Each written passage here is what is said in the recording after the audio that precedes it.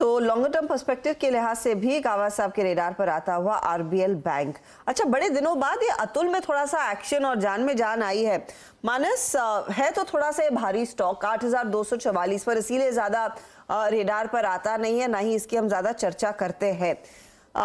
ये 4% का मूव आज का, क्या तेजी के पक्ष में है?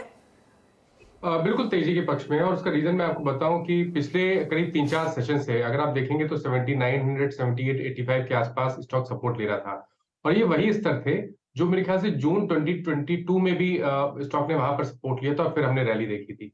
तो ये एक तरह का डबल बॉटम है वीकली चार्ट पे और आज के पैटर्न के बाद आप शायद 200 डे मूविंग एवरेज टेस्ट होते हुए देखेंगे जो कि 8700, 8650 की रेंज में है। तो अभी भी खरीदारी करने की राय रहेगी, हालांकि अब आपको स्टॉप लॉस थोड़ा सा बड़ा रखना पड़ेगा। तो करंट लेवल्स पे आप खरीदारी कर रहे हैं तो आपको स्टॉप लॉसेस 8000 के आसपास के लगाने हैं, लेकिन टारगेट भी बड़े हैं। 8600 से लेकर 8700 ये रेंज रहेगी आपकी टारगेट की। तो रिस्क रिवॉर्ड फेवर में है, थोड़ा सा बड़ा स्टॉप लॉस है, लेकिन आपको रिवॉर्ड भी बढ़िया मिल सकता है करंट लेवल पे। देखिए, मार्केट में फिर वही बात कि बड़ी ट्रेड नहीं है, वो थोड़ा सा जब भी लगने लगता है कि मोमेंटम बिल्ड हो रहा है, वापस कुछ ना कुछ सेलिंग प्रेशर आ ही जाता है। निफ्टी अब वापस 18,150 के करीब, बैंक निफ्टी भी 42,915 पर। हाँ, मेटल्स में कुछ शेयरों में ज़बरदस्त तेज़ी है। रिलायंस लेकर आइए एक बार जरा, रिलायंस रिविजिट करते हैं। रिलायंस अब आ गया ग्रीन में 2544। घाबा जी, सही पकड़ा आपने, रिलायंस एकदम उस समय रेड में था, अब ग्रीन में आ गया। यस, इसका जो सेटअप है रिलायंस का, मैं 3 दिन से ऑब्जर्व कर रहा हूँ। मुझे लगता है ये सेटअप अच्छा था, पिकअप कर रहा था, जैसे कि ना पक रहा है, समथिंग इज कुकिंग, वो नजर आ रहा था। और मुझे लगा था कल का जब हाई पार कर लेगा तो तब तो सभी लोग लेंगे, लेकिन सेटअप के हिसाब से ये कर का हाई पार कर ही लेगा। तो next logical technical target 2560 to 2580, मुझे लगता है 2580 तक जाना चाहिए।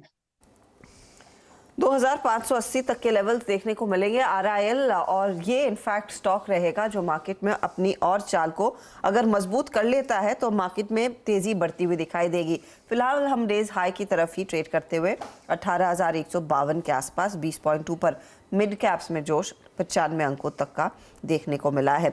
चलिए अब कुछ सेक्टर स्पॉटिंग की बात करते हैं, और एक सेक्टर जो आज काफी एक्टिव है वो है ऑटो एंसिलरी काउंटर्स। कल तक संवर्धन मदरसन की बात होती हुई दिखाई दे रही थी, आज रानी मद्रास और दूसरे कुछ प्लेयर्स भी रेडार पर आना शुरू हो गए हैं, क्योंकि एक बहुत ही दिलचस्प रिपोर्ट दरअसल अखबारों में छपी है और ये रिपोर्ट पब्लिश की गई है इकरा की ओर से।